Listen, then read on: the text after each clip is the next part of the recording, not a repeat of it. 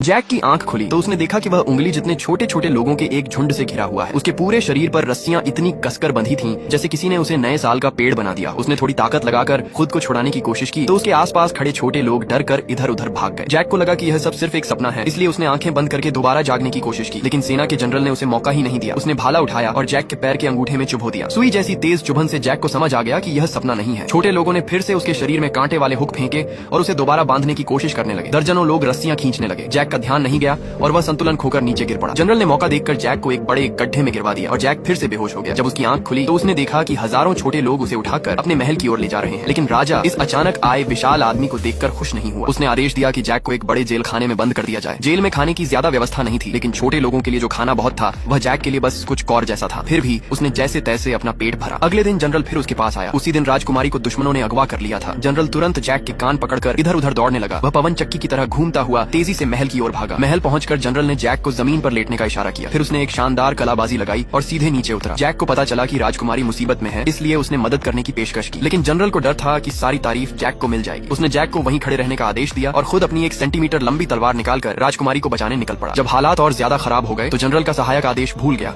और उसने सीधे वह स्विच दबा दिया जिससे जैक की सारी जंजीरें खुल गईं। तभी दुश्मन राजकुमारी को लेकर जाने ही वाले थे कि जैक किसी देवदूत की तरह उनके सामने खड़ा हो गया। दुश्मनों की आंखों के सामने जैक ने एक एक करके सभी को पकड़कर ऐसे पानी में फेंक दिया जैसे कोई मुर्गी के बच्चों को उठा रहा हो। इसके बाद वह राजकुमारी को सुरक्षित जगह पर ले गया। जब जनरल महल के अंदर पहुंचा तब तक राजकुमारी वहां से गायब हो चुकी थी। राजकुमारी जैक का धन्यवाद करने ही वाली थी कि तभी महल में फिर से खतरे का अलार्म बज उठा। पता चला कि महल में एक और हादसा हो गया है और राजा अपने ही शयन कक्ष में फंस गया है। हालात बेहद गंभीर थे। जैक तेजी से आग लगी जगह पर पहुंचा। उसने देखा कि राजा अपने कमरे में फंसा हुआ है। जैक ने उसे हाथ से निकालने की कोशिश की, लेकिन आग इतनी भयानक थी कि उसके हाथ भी जलने लगे। आग बुझाने के लिए बहुत ज्यादा पानी की जरूरत थी। आग लगातार बढ़ती जा रही थी। आखिर जैक के पास कोई और रास्ता नहीं बचा और पानी की एक तेज धारा आग की तरफ छोड़ दी। देखते ही देखते आग बुझने लगी और राजा भी सुरक्षित हो गया। तरीका भले ही अजीब था, लेकिन उसने तुरंत काम कर दिया। जनरल उसे रोकने के लिए आगे बढ़ा, लेकिन जैक ने बचा हुआ पानी उसी की तरफ कर दिया। जनरल गुस्से से आग बबूला हो गया और उसने तुरंत जैक को मौत की सजा देने का आदेश दे दिया। लेकिन राजा समझदार था। उसने न केवल जैक की सजा माफ कर दी, बल्कि उसकी जान बचाने के लिए उसे सम्मानित करने का फैसला भी किया। जैक के सम्मान में एक भव्य दावत रखी गई। राजा ने उसके लिए ढेर सारे स्वादिष्ट खाने का इंतजाम किया। उसने जैक के आकार के हिसाब से